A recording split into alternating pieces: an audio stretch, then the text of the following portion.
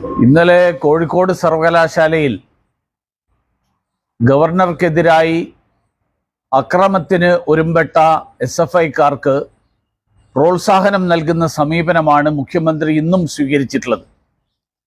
ഇന്ന് രാവിലെ അദ്ദേഹത്തിൻ്റെ യാത്രക്കിടയിൽ അദ്ദേഹം മാധ്യമപ്രവർത്തകരോട് സംസാരിച്ചപ്പോൾ അദ്ദേഹത്തിന് മാധ്യമപ്രവർത്തകരുടെ ചോദ്യങ്ങൾക്ക് മറുപടി പറയുന്നതിന് പകരം അദ്ദേഹം ഗവർണർക്കെതിരായിട്ട് തുടർന്നും അക്രമത്തിന് ഒരുമ്പെടാൻ, അക്രമത്തിന് തയ്യാറെടുക്കാൻ SFIക്കാർക്ക് ആഹ്വാനം നൽകുന്ന മുഖ്യമന്ത്രിയാണ് കണ്ടത്.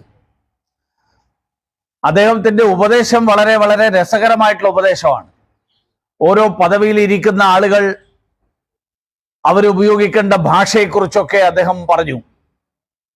അദ്ദേഹം കഴിഞ്ഞ കാലങ്ങളിൽ ശ്രീമാൻ പിണറായി വിജയൻ ഉപയോഗിച്ച ഭാഷ കേരളത്തിലെ ജനങ്ങൾ മറന്നിട്ടില്ല. ഇപ്പോഴും അദ്ദേഹം സംസാരിക്കുന്നത് ഒരു ആഭ്യന്തരമന്ത്രി എന്നുള്ള നിലയിലോ മുഖ്യമന്ത്രി എന്നുള്ള നിലയിലോ അല്ല, പകരം ഒരുപക്ഷെ ഒരു ക്രിമിനൽ ആയിട്ട് അല്ലെങ്കിൽ ഒരു പാർട്ടി നേതാവായിട്ട്. അതാണ് മുഖ്യമന്ത്രിയുടെ ഭാഷയിലുടനീളം ഇന്ന് കണ്ടത്. കഴിഞ്ഞ കാലങ്ങളിൽ ശ്രീമാൻ പിണറായി വിജയന്റെ ആഹ്വാനങ്ങൾ, ആ ആഹ്വാനങ്ങൾ എന്തൊക്കെ തരത്തിലുള്ള ദുരന്തങ്ങളാണ് കേരളത്തിൽ ഉണ്ടാക്കിയത് എന്ന് നമുക്കെല്ലാവർക്കും അറിയാം.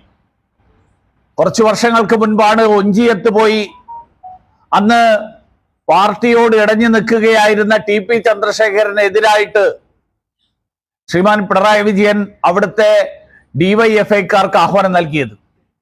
ആ ആഹ്വാനത്തിന്റെ ഫലം നമ്മൾ കണ്ടു.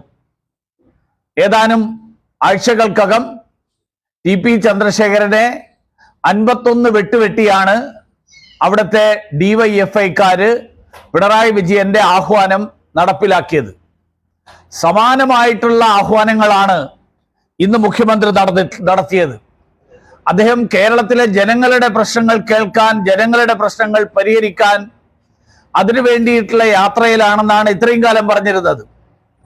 ഇന്ന് കേരളത്തിലെ മാധ്യമങ്ങൾ റിപ്പോർട്ട് ചെയ്തിട്ടുള്ള പ്രധാനപ്പെട്ട പ്രശ്നങ്ങൾ, ഒന്ന്, കൊച്ചി നഗരഹൃദയത്തിൽ ഒരു സ്ത്രീ ബലാത്സംഗം ചെയ്യപ്പെട്ടു. പാലക്കാട് വീട്ടുമുറ്റത്ത് നിന്ന് ഒരു കുട്ടിയെ തട്ടിക്കൊണ്ടുപോയി.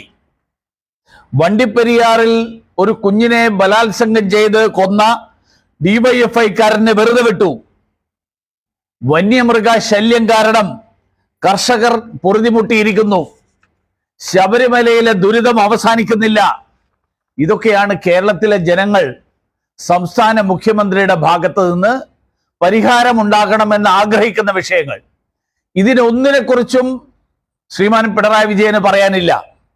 അദ്ദേഹം ജനങ്ങളുടെ നികുതി പണം ഉപയോഗിച്ച് സമാഹരിച്ച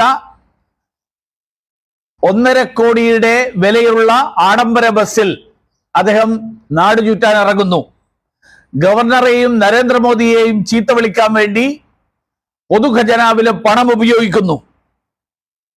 ഇതാണോ ഒരു മുഖ്യമന്ത്രി ചെയ്യേണ്ടത്? മുഖ്യമന്ത്രിയുടെ ഭാഗത്ത് നിന്ന് നാട്ടിൽ അക്രമം ഉണ്ടാകുമ്പോൾ ആ അക്രമത്തെ ശമിപ്പിക്കാനുള്ള നടപടികളല്ലേ ഉണ്ടാകേണ്ടത്. അദ്ദേഹത്തിന്റെ പാർട്ടിക്കാർക്ക് ഗുണ്ടായിസം കാണിക്കാൻ അതിനു വേണ്ടിയിട്ട് പ്രോത്സാഹനം നടത്തുന്ന മുഖ്യമന്ത്രി അദ്ദേഹത്തിന്റെ പദവിയിൽ ഇരുന്നു കൊണ്ട് ചെയ്യുന്നത് ശരിയാണോ എന്ന് ജനങ്ങൾ വിലയിരുത്തും.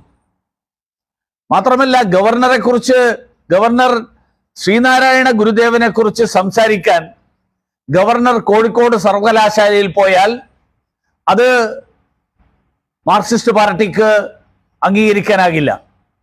പകരം തങ്ങളുടെ മകന്റെ കല്യാണത്തിന് പോവുകയാണെങ്കിൽ പ്രതിഷേധമില്ല. എന്തുകൊണ്ടാ ഗുരുദേവനെ കുറിച്ച് സംസാരിക്കാൻ ആരിഫ് മുഹമ്മദ് ഖാൻ എത്തുമ്പോ മാർക്സിസ്റ്റ് പാർട്ടിക്ക് വേവലാതി? കാരണം അവർ ഇത്രയും കാലം നടത്തിയിട്ടുള്ള പ്രചരണങ്ങൾ, അവർ ഇത്രയും കാലം ഗുരുദേവനെ കുറിച്ച് നടത്തിയിട്ടുള്ള തെറ്റിദ്ധാരണാജനകമായിട്ടുള്ള പ്രചരണങ്ങൾ, ആ പ്രചരണങ്ങൾ തുറന്നു കാണിക്കാൻ ആരിഫ് മുഹമ്മദ് ഖാനെ പോലെയുള്ള പണ്ഡിതനായിട്ടുള്ള ഒരാളുടെ പ്രസംഗം നടന്നാൽ അത് ജനങ്ങളിൽ മുഴുവൻ ഗുരുദേവനെ കുറിച്ചിട്ടുള്ള ശരിയായ വിവരങ്ങൾ, ശരിയായ വസ്തുതകൾ, ആ വസ്തുക്കൾ എത്തും എന്നുള്ള ആശങ്കയും ഭയവുമാണ് മാർക്സിസ്റ്റ് പാർട്ടിയെ ഗുരുദേവനെ കുറിച്ച് സംസാരിക്കുന്നതിൽ നിന്ന് ആരിഫ് മുഹമ്മദ് ഖാനെ തടയുന്നതിന് പിന്നിലുള്ള ചേതോവികാരം. അതുകൊണ്ട് മാർക്സിസ്റ്റ് പാർട്ടി കമ്മ്യൂണിസത്തിനോട് വിയോജിക്കുന്നവരെ എല്ലാവരെയും ഇല്ലാതാക്കാൻ എക്കാലത്തും ശ്രമിച്ചിട്ടുള്ളവരാണ്. അതേ കൂട്ടത്തിൽ ആരിഫ് മുഹമ്മദ് ഖാനോടും ഈ അസ്വസ്ഥത കാണിക്കുന്നതിന്റെ പിന്നിലുള്ള കാരണവും അതിനപ്പുറത്തൊന്നുമില്ല എന്ന് കേരളത്തിലെ ജനങ്ങൾ തിരിച്ചറിയും. അതുകൊണ്ട് ഈ തരത്തിൽ പ്രകോപനങ്ങൾ സൃഷ്ടിച്ചുകൊണ്ട്, കേന്ദ്ര സർക്കാരിനെതിരായിട്ട് നടത്തുന്ന പ്രചരണം സൃഷ്ടിച്ചുകൊണ്ട് കേരളം കടന്നുപോയിക്കൊണ്ടിരിക്കുന്ന സാമ്പത്തിക പ്രതിസന്ധി, ആ പ്രതിസന്ധിയുടെ പ്രശ്നങ്ങൾ ജനങ്ങളുടെ മനസ്സിൽ നിന്നും മാറ്റിക്കളയാം എന്ന് മുഖ്യമന്ത്രി ആഗ്രഹിക്കുന്നുണ്ടെങ്കിൽ തീർച്ചയായിട്ടും ആ ആഗ്രഹം അസ്ഥാനത്താണ്.